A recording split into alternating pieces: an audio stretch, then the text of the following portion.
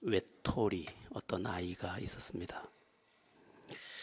그는 단 한 명의 친구도 없었습니다. 왠지 모르지만 모두가 자기를 싫어했습니다. 그는 외로워서 슬펐습니다. 그러나 어떤 방법도 없었습니다. 그래서 열심히 공부하는 길밖에 없다고 여기고 그는 열심히 공부를 했습니다. 공부를 잘했지만 잘해도 친구는 생기지 않았습니다. 중학교에 들어가게 되었습니다. 중학교에 들어가니 조금 나았습니다. 그는 열심히 또 공부했습니다. 그러다가 이제 고등학교를 가게 되었는데 공부의 압박이 너무 심하고 이전의 왕따는 취급도 안 될 만큼 차갑고 아주 뾰족하게 자기 가슴을 찔러왔습니다. 외로움에 지치고 냉정함에 지치고 공부에 지친 이 아이는 극단적 결심을 합니다. 내가 죽는 게 낫겠구나. 그의 집은 마침 아파트 4층이었습니다.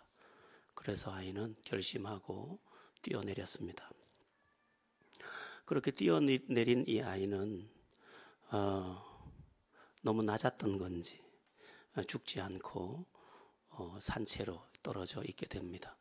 온몸이 통증이 몰려왔고 갑자기 그 순간 살고 싶다는 생각이 또 몰려왔습니다. 살아야 돼, 살아야 돼. 조금 전에만 해도 죽어야 된다고 생각하던 그가 온 몸에 고통이 밀려올 때 살아야 된다고 자기 안에서 간절해지는 모습을 보게 됩니다. 사실 몰라서 그렇죠. 죽음이 바로 코앞에 오면 그때는 누구나 다 나의 소원은 사는 것이다 이렇게 바뀌는 것이거든요. 그래서 간절히 살기를 원했는데 마침 보니까 자기가 떨어질 때 같이 떨어진 휴대폰이 보였습니다. 그래서 가까스로 그 휴대폰을 주워서 119에 전화를 돌립니다. 그리고 여기 사람 떨어져서 죽으려고 해요. 빨리 좀 와서 살려주세요. 그러고는 정신을 잃었습니다. 그는 곧바로 병원으로 옮겨졌고 수술을 받았습니다. 그러나 침대에 누워있는 자기 몸은 손가락 하나도 꼼짝할 수 없는 골반과 척추뼈가 부서지면서 몸을 꼼짝할 수 없는 상태가 되었고 사람들의 수근거리는 소리가 들려왔습니다. 척추가 손상됐고 골반이 손상됐기 때문에 평생 저 아이는 걷지도 못할 것이다. 이제 극한 절망이 다시 몰려왔습니다. 너무도 절망이 되고 자기가 평생 식물인간처럼 누워서 이렇게 살아야 된다고 생각하니 또다시 죽고 싶은 마음이 마음에 몰려왔습니다. 그렇게 눈물을 흘리고 또 눈물을 흘리던 어느 날이었습니다. 의사 선생님이 회진 중에 이렇게 말을 했습니다. 아무개야, 참 다행스럽게 척추뼈가 부러지고 골반이 부서졌지만 다행스럽게도 신경이 건드려지지 않아서 수술하면 걸을 수 있겠구나. 그 말을 듣는 순간 이 아이는 온 몸에서 희망이 솟구치는 것을 보게 됩니다. 아, 나도 이제 걸을 수 있겠구나. 나도 이제 살 수 있겠구나. 사람처럼 살 수 있겠구나. 그 생각이 밀려오자 그는 삶의 의지를 다 동원해서 사는 것에 힘을 다하게 됩니다. 그리고 그는 수술을 몇 번 받고 건강한 다리를 가지고 세상을 다시 보기 시작했습니다. 비록 외로웠지만 그래도 건강하게 살 수 있어서 감사했고 이제 더 열심히 살아서 나처럼 외롭고 나처럼 외면당한 누군가를 안아주는 사람으로 살고 싶다. 그런 소원을 가지고 여러분들도 가끔 보는 세바시라고 하는 거기 강연자로 나와서 그것도 한국말로 강의를 한 게 아니고 영어로 강의를 하는 것을 볼 수 있었습니다. 저는 하나님의 복음이 바로 이런 것이라고 여러분에게 말씀드리고 싶습니다. 복음이 뭐냐? 예수 믿으라는 게 뭐냐? 절망하는 나에게 당신이 예수 믿으면 걸을 수 있을 뿐만 아니라 운명을 바꿀 수 있다. 이 얘기를 듣는 것이 복음이다. 살고 싶지 않던 당신, 살고 싶지 않아서 마음대로 살다가 다시 살고 싶어서 무언가를 붙잡지만 붙잡아지지 않는 당신, 당신에게 오늘 가장 절실한 이야기가 뭐냐? 예수가 구세주다. 이 이야기가 들려야 된다는 것입니다. 예수가 들려야 그를 붙잡고, 그를 붙잡고는 다 승리하는 것입니다. 여러분, 예수를 진짜 붙잡아서 참으로 일어서지 못한 인생은 단 한 사람도 없습니다. 예수를 그냥 믿는 척해서 승리하지 못한 인생은 부지기수지만, 예수를 구세주로 정확하게 알아보고 그 예수를 진짜 붙잡은 사람은 누구나 내 안에 증거가 있습니다. 내 안에 하나님 살아계신 확증이 있습니다. 그것을 자기의 생애와 자기의 몸과 자기의 모든 일상으로 증명해 낼 수 있다는 것입니다. 여러분 가운데도 아직 나는 예수를, 교회는 열심히 다니지만 예수를 잘 믿는 것 같지는 않아요. 예수를 잘 모르겠어요. 그런 사람이 있다면 그 예수를 정확하게 알아보고 그 예수를 정확하게 붙잡아서 예수, 우리를 구원한다는 그 이름 자체가 구세주라는 그 뜻, 그 예수 안에서 구원을 경험하고 인생을 바꾸고 운명을 바꾸고 눈물을 찬송으로 바꾸는 그런 은혜가 여러분에게 있어지게 되기를 축원합니다. 오늘은 나는 주님을 어떻게 믿어야 하는가, 그 관점에서 두 가지 부분을 보게 될 것입니다. 첫 부분은 아주 짧게, 뒷부분은 아주 길게 말씀을 드릴 것인데, 믿음은 어떻게 믿는 것인지 알고 믿어야 바르게 믿을 수 있고, 바른 믿음은 우리의 생애를 바꿔놓습니다. 저는 많은 고민을 합니다. 왜 사람들은 예수 믿으면서도 울까? 왜 사람들은 예수 믿으면서도 한숨 쉴까? 왜 사람들은 예수 믿으면서도 춤을 추지 못할까? 나는 예수를 믿고 춤을 춰봤는데, 나는 예수 믿고 지금도 나는 처음 영원한 첫사랑을 만난 것처럼, 지금도 첫사랑 그날처럼 내 가슴이 이렇게 뛰는데 왜 사람들은 식은 가슴, 식은 얼굴, 무너지는 저 얼굴들, 저게 뭘까? 고민을 많이 합니다.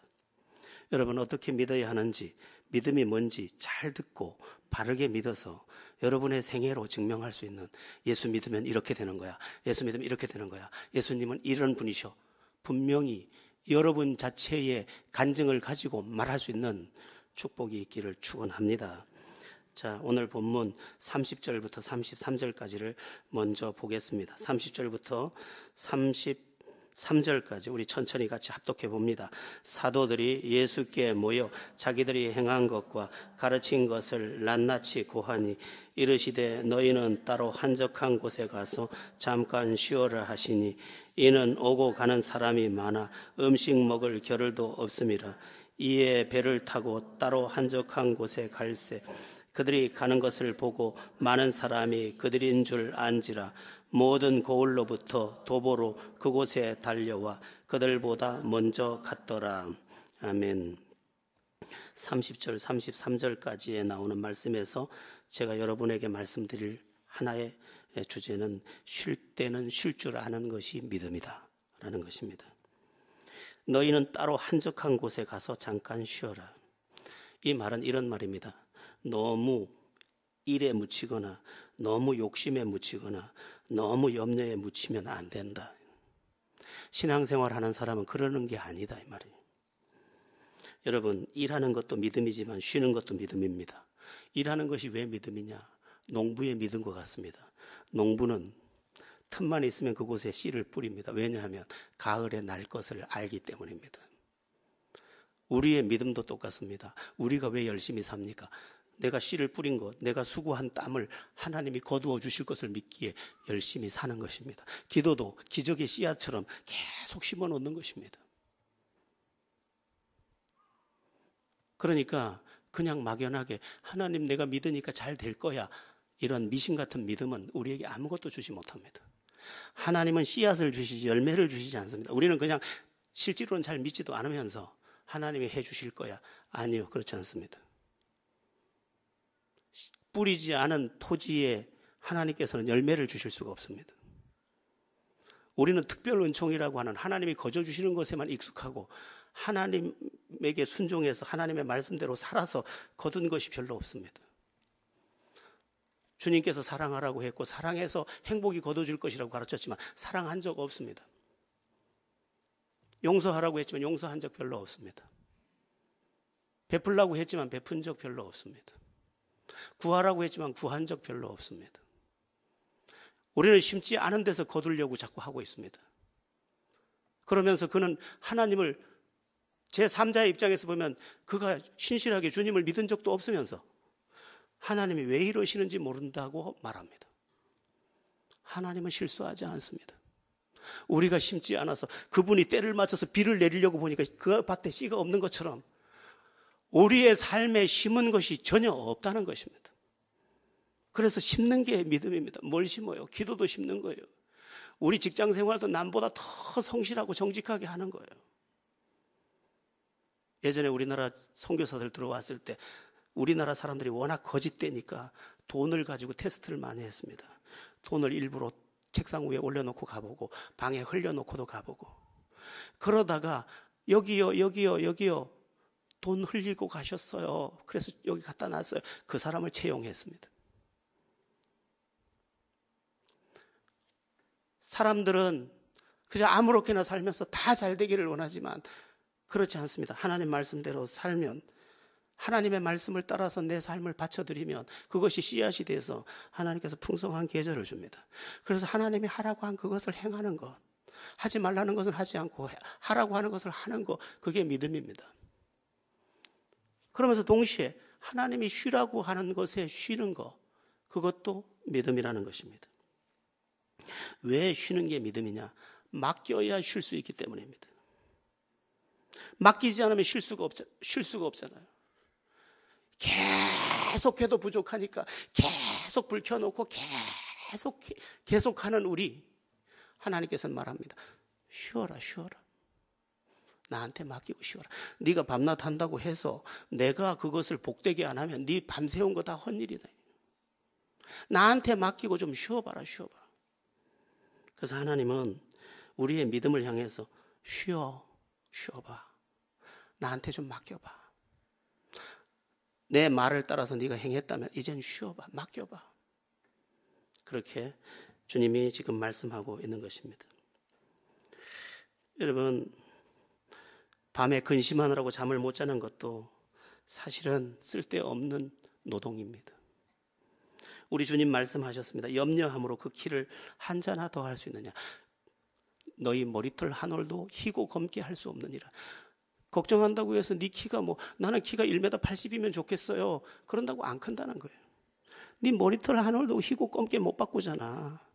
근데 뭐 그렇게 염려해? 그냥 자. 맡기고 자. 그런 말입니다. 그러니까 오늘 나의 일에 충실하되 결과를 맡기고 자. 쉬어. 그런 말입니다. 사실요, 뭐가 잘 될지 아무것도 우리는 모릅니다. 제가 조금 전에 올라오다가 우리 집사님들 누구 만나가지고 이야기했습니다. 어떤 사람이 농사를 지었는데 배추 농사를 지었어요. 배추가 너무 잘 된 거예요. 올해는 아무 걱정 안 해도 되겠다. 그랬더니 뉴스를 들어보니까 배추가 너무 많이 나와서 배추를 다 그냥 밭에 버려야 된다는 거예요. 인건비가 안 나와서 거두면 안 된다는 거예요. 풍년이 들어서 망해버렸어요. 잘 되면 잘 되는 게 아니에요. 하나님이 되게 해주실 때까지 그건 아무것도 안 해요. 풍년 들어도 안 돼. 흉년 든다고 안 되는 거 아니에요. 어떤 집에서 주일 지키고 믿음으로 살다가 논에 벼심을 시기를 놓쳐버렸어요. 할 수 없어서 논을 놀릴 수가 없어서 고추 심었어요. 그런데 그 해에 냉해가 와가지고 벼 심은 논들은 다 말라서 얼어서 다 죽고 고추 심은 사람들만 부자 됐어요. 어떻게 알아요? 내 뜻대로 된다고 해서 되는 것도 아니고 내 뜻대로 안 된다고 해서 안 되는 것도 아니에요. 하나님께 맡겨드리라는 것입니다. 어떤 사람은 회사 일을 절대로 집으로 가지고 오지 않는다고 합니다. 서류만 가지고 안 가지고 오는 게 아니라 회사에서의 모든 일상을 집에서 거론하지도 않는다는 것입니다. 그리고는 가족과 함께 단란한 시간을 보냅니다. 가끔 말합니다. 사랑합니다. 고맙습니다. 함께여서 좋아요. 얼마나 지혜로운 믿음입니까? 우리는 그렇게 믿을 수 있어야 합니다. 늘 지쳐있고 늘 쫓기고 그것은 믿음이 아니라는 거예요. 하나님께 이거 맡기고 오늘 가족과 함께 식사도 하고 더불어 손도 맞잡고 더불어 이야기도 나눠야 그게 믿음이라는 것입니다. 심중의 쉼은 또 마음의 쉼입니다. 마음의 짐을 내려놔야 합니다. 미움의 짐도 내려놓고 상한 감정의 짐도 내려놓아야 합니다. 우리 예수님 말씀하셨습니다. 해가 지도록 분을 품지 말며. 화가 나는 일이 있을 거다. 그러나 잘 때까지 그거 들고 들어가지 마라. 그냥 멈춰라. 마음이 지치면 인생이 지쳐버립니다. 마음이 지쳤기 때문에 조금만 어려운 일이 있어도 다 무거움으로 오는 것입니다. 그러므로 마음의 쉼은 우리의 삶의 양약이 되는 것입니다. 그러므로 하나님께서는 뭐예요? 쉬어라. 네 마음도 좀 쉬게 해라. 쉬게. 그거 다 근심하지 말고, 다 염려하지 말고, 가지고 와서 네 너무 무겁게 하지 말고, 용서할 거 용서해주고, 그 사람 나에게 어떻게 했든지 그 사람 하나님께 맡겨. 원수 갚는 원수 갚는 것은 내게 있으니라고 했으니까 하나님 알아서 하세요.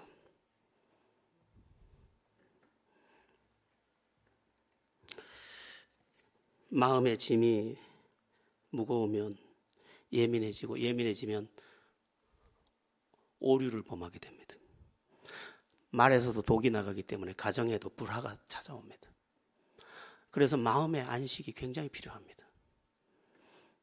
한번 우리 자기 가슴을 치면서 이렇게 말해보겠습니다. 내 마음아, 쉬어라.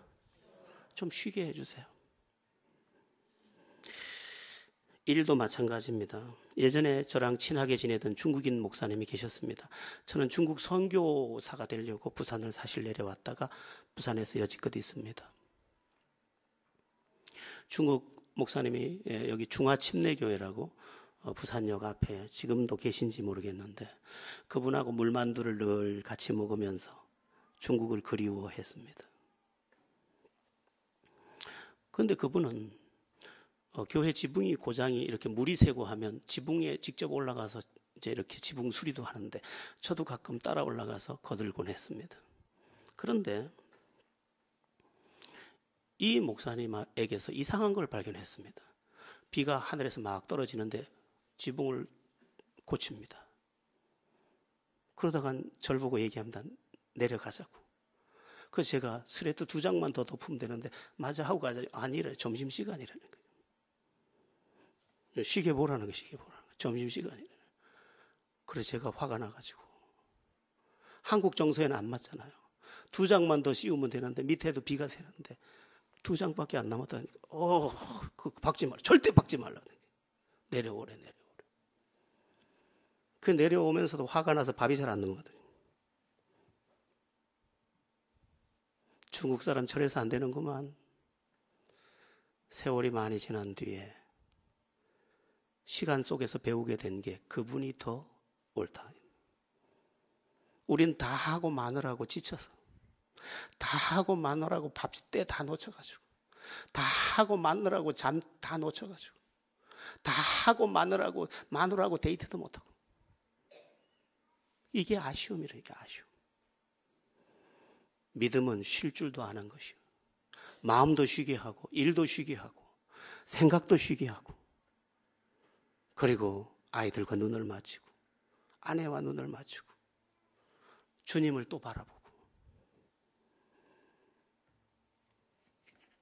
여러분의 삶 속에 쉼이 임함으로 여유와 평강과 그리고 내일 아침에 새 힘으로 비롯된 활력이 온전케 되므로 여러분이 쥐어서 놓은 것마다 다 승리가 되고 복이 되기를 축원합니다. 우리가 두 번째로 주목할 것은 오늘 제가 많이 이야기할 부분인데 34절 한 절 말씀입니다. 우리 같이 한 목소리로 다시 읽어봅니다. 예수께서 나오사 큰 무리를 보시고 그 목자 없는 양 같음으로 인하여 불쌍히 여기사 이에 여러 가지로 가르치시더라. 아멘. 목자 없는 양이 나오고 있습니다. 목자 없는 양의 형편이 어떻습니까? 한마디로 위험합니다. 늘 말씀드리는 대로 양은 눈이 어둡습니다. 눈이 심한 근시입니다. 그래서 목자의 그림자를 보고 가지 목자의 얼굴을 정확히 모릅니다. 그리고 다리가 도망가기에 적합하지 않게 짧습니다. 그리고 질병에 약합니다. 그래서 비를 좀 심하게 맞았다 그럼 무조건 앓습니다. 그 다음에 다른 짐승을 이길 발톱이나 이빨을 갖고 있지 않습니다. 공격을 하거나 자기를 지킬 힘이 전혀 없습니다. 그래서 양에게는 절대적으로 필요한 존재가 목자입니다. 그런데 성경은 양과 목자의 관계를 하나님과 우리의 관계로 많이 비유해 놓고 대비해 놓았습니다. 뭐냐 하면 인간에게 있어 하나님이 그와 같다는 것입니다. 그 속성상 아주 비슷하다는 것입니다. 자, 인간도 그렇습니다. 인간도 아주 눈이 어둡습니다. 우리가 다 보는 것 같아도 창문 밖도 지금 못 보지 않습니까? 창문이 가려서. 산 너머도 못 보지 않습니까? 또 내일 어떤 일이 있을지도 못 알아보지 않습니까? 남태평양 어느 해변 휴양지에서 큰 맑은 하늘 아래에서 수영을 하고 휴가를 즐기던 어떤 사람들이 해일이 밀려오는지 모르고 있다가 수천 명이 죽지 않았습니까? 밀려오는 파도도 못 봅니다. 자기를 지킬 힘이 있을 것 같지만 자기를 지킬 힘도 인간에게 없습니다. 어디서 한 소리만 들어도 그만 낙심이 돼가지고 어쩔 줄을 모르는 게 인간 아닙니까? 조금만 힘겨워도 죽고 싶다고 신음하는 게 인간 아닙니까? 그만큼 인간은 양처럼 연약합니다. 뭐 강한 것 같이 독을 쓰고 막 팍 떨어도 그때는 뭘 할 것 같아도 사실은 집에 들어가 보면 종이장처럼 힘이 없는 존재가 인간입니다. 그래서 인간에게 누가 필요하냐?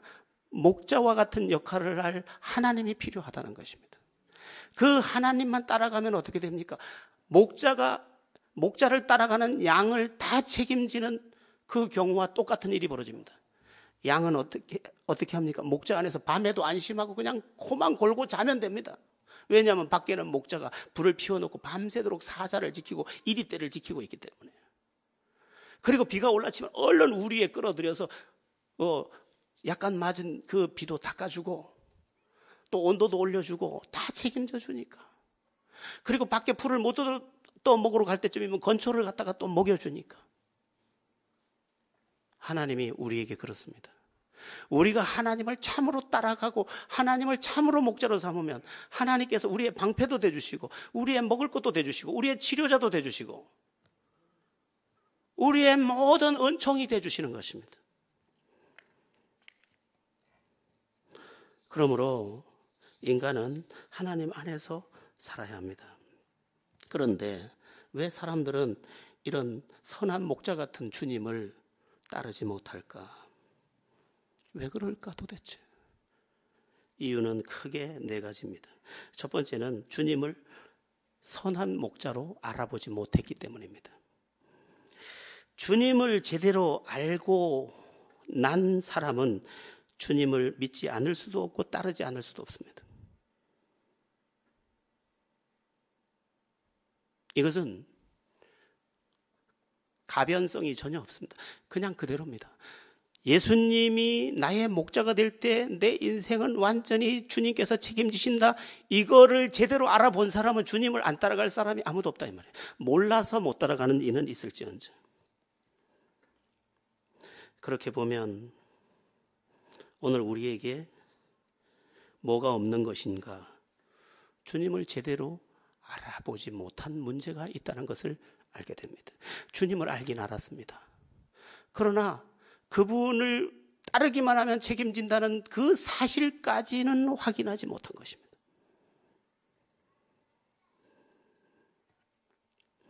이것은 여러분만의 이야기가 사실은 아닙니다.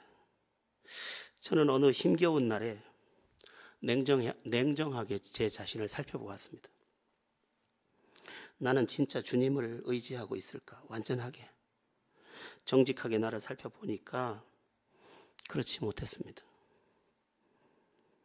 물론 주님을 의지하고 있었지만 많은 부분에서 내 자신을 의지하고 있었고 내 형편을 의지하고 있었습니다.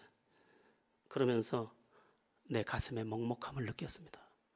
나는 주의 종인데 내가 왜 주님을 이렇게 온전히 의지하지 않고 내 힘을 의지하고 내 꾀를 의지하고 내 수단을 의지하고 내 방법을 의지하지. 그 먹먹함이 한참 동안 내 눈물이 됐습니다. 그리고 회개하면서 하나님께 이렇게 고백을 드렸습니다. 하나님을 목자로 다시 모십니다. 그리고 하나님께만 순종하겠습니다. 두려워하지 않고.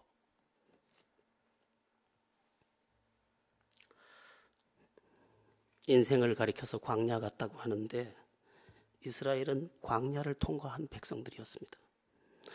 그들은 그 광야에서 중요한 것을 배웠는데 뭘 배웠느냐? 자기를 따라가면 죽고 주님을 따라가면 산다는 것을 배웠습니다. 하나님은 그 교육을 무려 이스라엘 가운데 40년 동안 반복했습니다. 네 맘대로 해봐. 어디로 가는지. 거긴 광야야. 네 맘대로 해봐. 네가 지금 어디에 도착하게 되는지.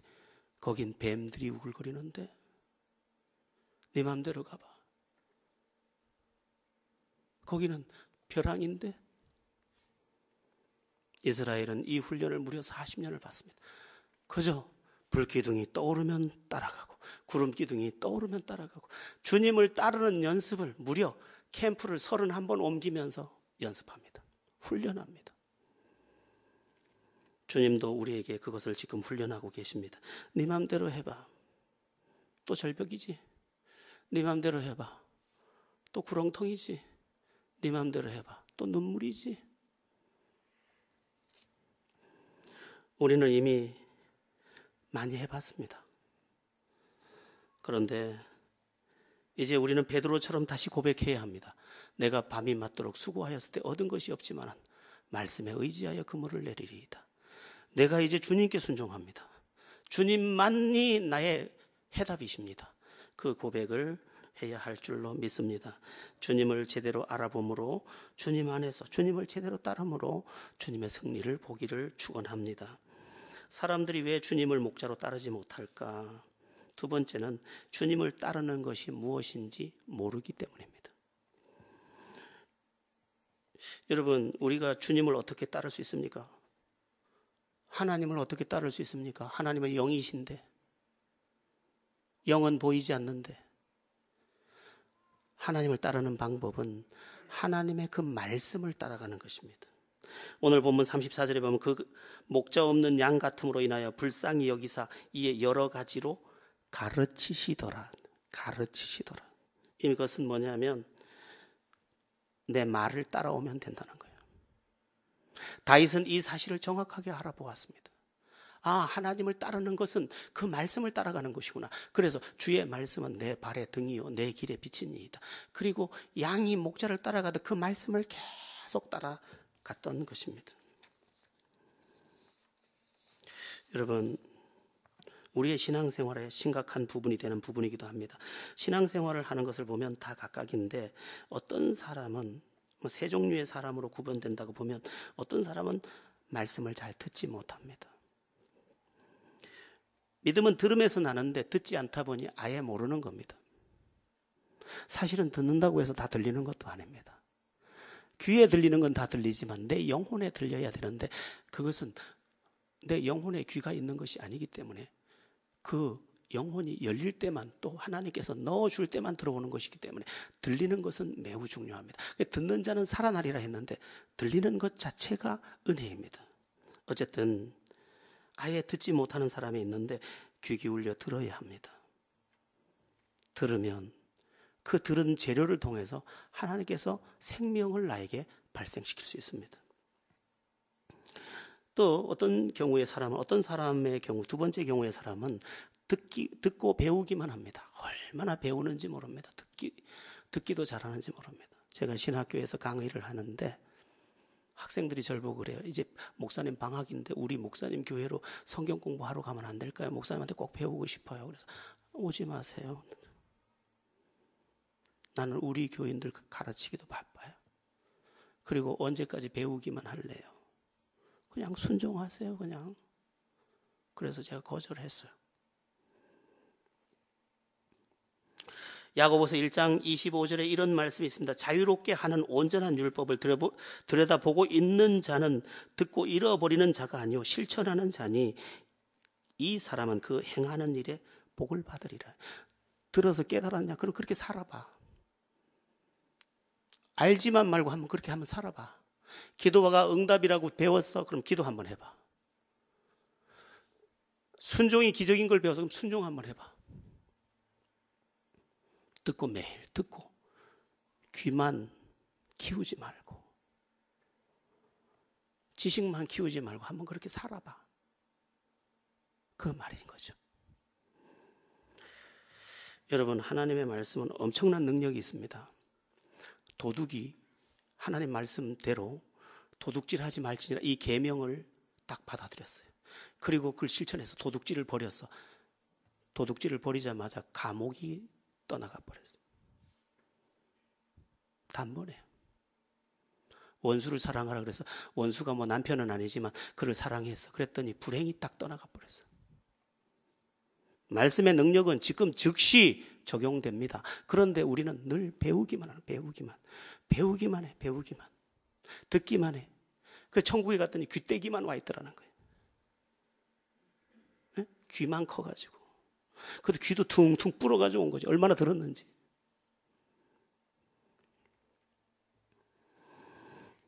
듣지만 말고 행함으로 하나님의 승리를 보아야 할 줄로 믿습니다. 그 세 번째 사람은 말씀을 듣고 그 말씀을 자기의 삶에 실제로 적용하는 사람입니다. 내가 옳은 것이 아니라 주님이 옳다. 내가 아는 것이 아니라 주님이 아신다. 그렇게 여기고 나를 부인하고 주님의 말씀에 나를 복종시키는 것입니다. 그 사람은 어떤 사람이 되느냐? 하나님의 승리를 보게 됩니다. 너희는 내게 배우고 받고 듣고 본 바를 행하라. 그리하면 평강의 하나님이 너희와 함께 계시리라. 하나님 살아계심을 경험하는 내가 되는 것입니다. 여러분 한번 살펴보세요. 나는 진짜 듣고 있고 들어서 안 것을 적용하고 있고 그걸 따르고 있는지, 그걸 내 삶으로 적용하고 있는지. 잘못 믿으면 나 하나님 정말 열심히 믿었어요. 5년 믿었어요. 10년 믿었어요. 20년 믿었어요. 나 봉사했어요. 별의별 이야기를 다 할 것이지만 그의 손에는 은혜가 없어요. 그러고도 하나님이 계시다면 이럴 수 없지라고 하나님까지 매도하는 내가 되는 것입니다. 그게 가슴 아프잖아요. 씨앗을 손에 들고 있으면 뭐합니까? 심어야 싹이 나고 자라죠. 이집트 미라에서 3,000년 된 미라에서 가져와서 심었어요. 그때 3,000년 동안 그냥 미랄로 있던 게 심었더니 10 중에 6인가가 싹이 났어요. 심으면 되는 거예요. 그 말씀을 그대로 삶에 적용하면 되는 거예요. 그게 우리를 살리는 거예요. 그게 하나님 살아계심을 보게 하는 기적의 통로인 거예요. 우리의 삶에서 행함까지 있는, 실천까지 있는, 그래서 하나님 살아계심을 보는 여러분들 되기를 바랍니다. 큰 세 번째예요. 주님을 왜 목자로 사람들이 따르지 못할까? 큰 세 번째는 주님을 온전히 따라본 경험이 없어서 그래요. 체험이 없어서 그래요. 주님을 온전히 따라본 사람은 주님을 체험합니다. 주님을 체험하고 나니까 또다시 주님을 따르게 됩니다. 중국의 위대한 선교사 허드슨 테일러는 그렇게 뛰어난 사람 아니었어요. 그러나 하나님의 말씀대로 행동했어요. 그러다 보니까 하나님이 자기의 삶을 붙잡고 책임지는 것을 경험하게 되었습니다. 그 경험은 그를 더 담대하게 했어요. 그래서 또 그 말씀에 또 순종했어요. 그랬더니 또 경험하게 됐어요. 그 경험을 발판 삼아 그는 중국 내륙으로 깊숙이 들어갑니다. 그 당시 중국에 선교사로 간 사람들은 대부분 상해 근교에서 또 하나의 영국, 또 하나의 미국, 또 하나의 유럽을 만들어서 거기 돌아다니는 사람 몇 에게 예수를 믿으세요 이것만 했어요. 허드슨 테일러는 그렇게 안 했어요. 경험이 그를 또 움직이게 했고 또 움직이게 하면서 하나님 살아계심을 다 체험하게 돼요. 그때는 돈도 전신환으로 보내질 때예요. 그 돈이 없어서 우체국에 가면 우체국에 돈이 딱 그만큼 들어와 있어요. 그건 또 할렐루야 하면서 또 가요. 계속 그러다 보니까 자기가 어디까지 와 있는지도 몰랐는데 이미 중국 깊숙이 들어갔어요. 그래서 허드슨 테일러가 만든 선교단체 이름이 중국 내륙 선교회예요. 그러면 허드슨 테일러만 그랬냐? 그렇지 않아요. 인도의 윌리엄 캐리, 아프리카의 시티 스터드, 다 그런 사람들이에요. 그들은 하나님의 말씀에 순종하면서 계속 가는 중에 하나님을 경험해요. 그 경험을 바탕으로 또 나아가는 중에 더 큰 경험을 해요. 윌리엄 캐리가 나중에 뭐라고 외칩니까? 하나님을 위하여 위대한 일을 시도하라. 하나님으로부터 위대한 일을 기대하라. 하나님께서는 얼마든지 하신다.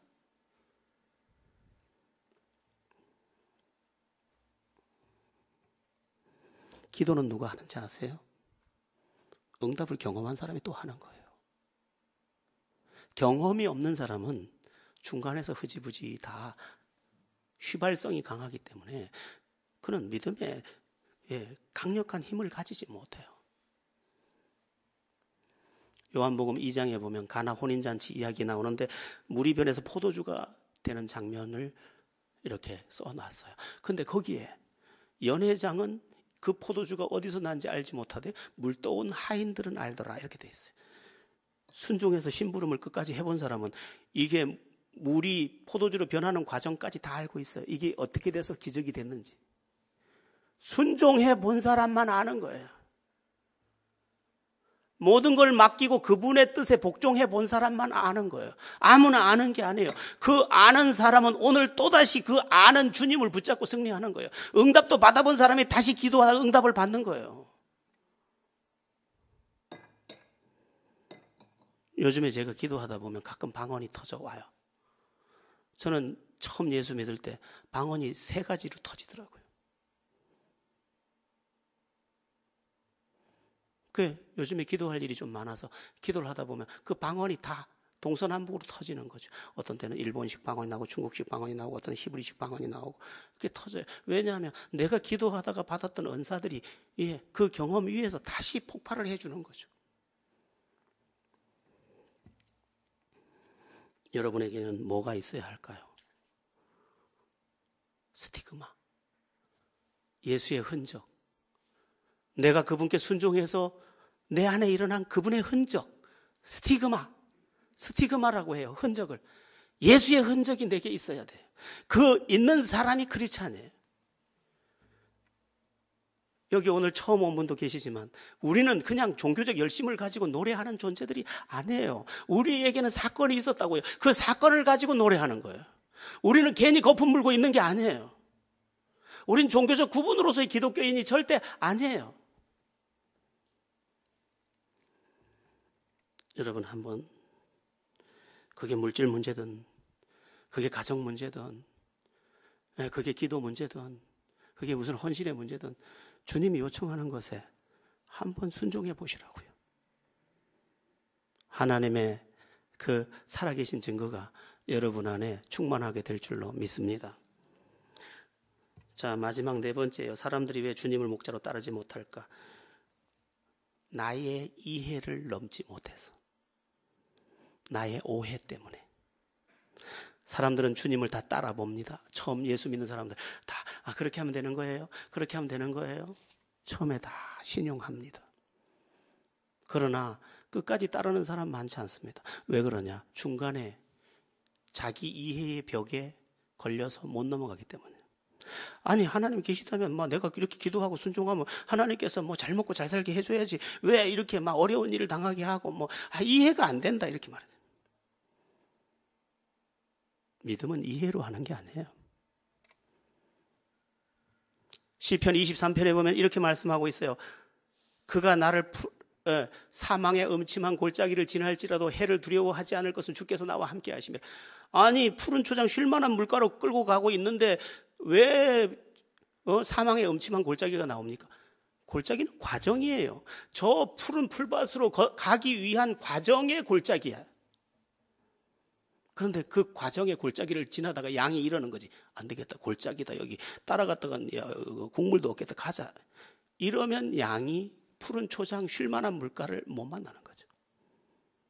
믿음은요. 묵묵히 가는 거예요. 오해를 넘어서 극한 상황을 넘어서, 때로는 비탈진 길을 넘어서 그렇게 가는 거예요. 하나님이 이해 안 될 때 너무 많아요. 저는 누구한테 이런 말 했어요. 나 말이야, 하늘이 노쇠 같았던 적이 있었어. 하나님 은혜 주세요. 그랬더니 탱탱 하늘에서 쇳소리가 들리더라. 쇳소리가. 하나님을 위해서 살겠다고 왔잖아요, 내가. 근데 하나님 왜 이러세요? 왜 이러세요? 그랬더니 탱탱탱 소리가 나요. 노크로 때리면 탱탱 소리 나듯이. 근데 저는 이렇게 말했어요. 하나님이 그래도 오르십니다. 그래도 하나님이 끝까지 오르십니다. 아니, 오늘 내가 죽어도 주님은 오르십니다. 그러므로 나는 이 길을 갑니다. 죽어도 갑니다. 그리고 다 이해 안 돼도 갑니다. 그렇게 온 세월이에요. 여러분, 산 너머에 푸른 초장 쉴 만한 물가가 있듯이 하나님께서는 우리에게 어떤 고개를 넘어서 그것을 만나도록 준비해 놓으셨는데, 이걸 못 넘고 이걸 이해하지 못하고 이걸 오해해서 여기 걸려 넘어지면 아무도 이 산을, 푸른 초장을 만나지 못하는 것입니다. 선한 목자는 그 전날 와서 다 봤어요. 어우, 저기 풀밭 봐. 그런데 이 양들이 이 산을 잘 넘어야 될 텐데. 우리 주님은 미리 이미 다 보셨어요. 나의 종들이 이 고난을 잘 넘어야 할 텐데, 그래야 저걸 누릴 수 있는데. 주님의 마음이에요. 조금만 어려우면 하나님이 어디 있느냐 하고, 조금만 어려우면 하나님 원망하다, 사람 원망하다, 조금만 힘들면 모든 걸 내팽개치려고 하는 우리들. 이제 우리에게 중요한 것은 나예요. 나를 넘는 거예요. 나를 넘는 거. 누구의 문제도 아니야. 나만 넘으면 다 넘을 수 있어요. 오해에 속지 말고 끝까지 순종해야 하는데, 제가 오늘 주보에 여러분 보시면 12월의 주제를 그렇게 정해놨어요. 고민하면서 12월의 주제를 정했는데, 여리고는 7바퀴 끝까지 순종하자 이렇게 썼습니다. 여리고성은 6바퀴 돌 때까지 아무런 느낌도, 무너질 느낌도 안 났어요. 그런데 마지막 순종, 끝까지 순종 7바퀴를 마주 돌았더니 한 번에 무너져 내렸어요. 끝까지 순종하자. 이건 12월에 적합한 것 같아요. 12월 끝까지 나는 끝까지. 아니, 내 인생의 마지막 달력, 내 인생이 숨 쉬는 그 마지막 순간까지 난 순종한다. 그는 하나님이 준비한 승리에 도착할 사람인 줄로 믿습니다. 오늘 말씀은 크게 두 가지입니다. 첫 번째는 내려놓고 쉬어야 할 경우에는 담대하게 내려놔라. 맡기고. 두 번째, 선한 목자 되신 주님을 온전히 순종해서 따르라. 이해가 되지 않아도. 마지막으로 드리고 싶은 말은 이겁니다. 진짜 믿어서 실패한 사람은 없어요. 진짜 따라서 실패한 사람은 없어요. 보이는 현상 때문에 실패한 사람은 많아요. 끝까지 믿음으로 시작했다 육체로 마치겠느냐, 성령으로 시작했다 육체로 마치겠느냐, 그럴 수 없느니라. 주님 굳게 붙잡고 믿음의 승리를 꼭 이루는 면류관의 주인공들 다 되기를 주 예수의 이름으로 축원합니다. 기도하겠습니다.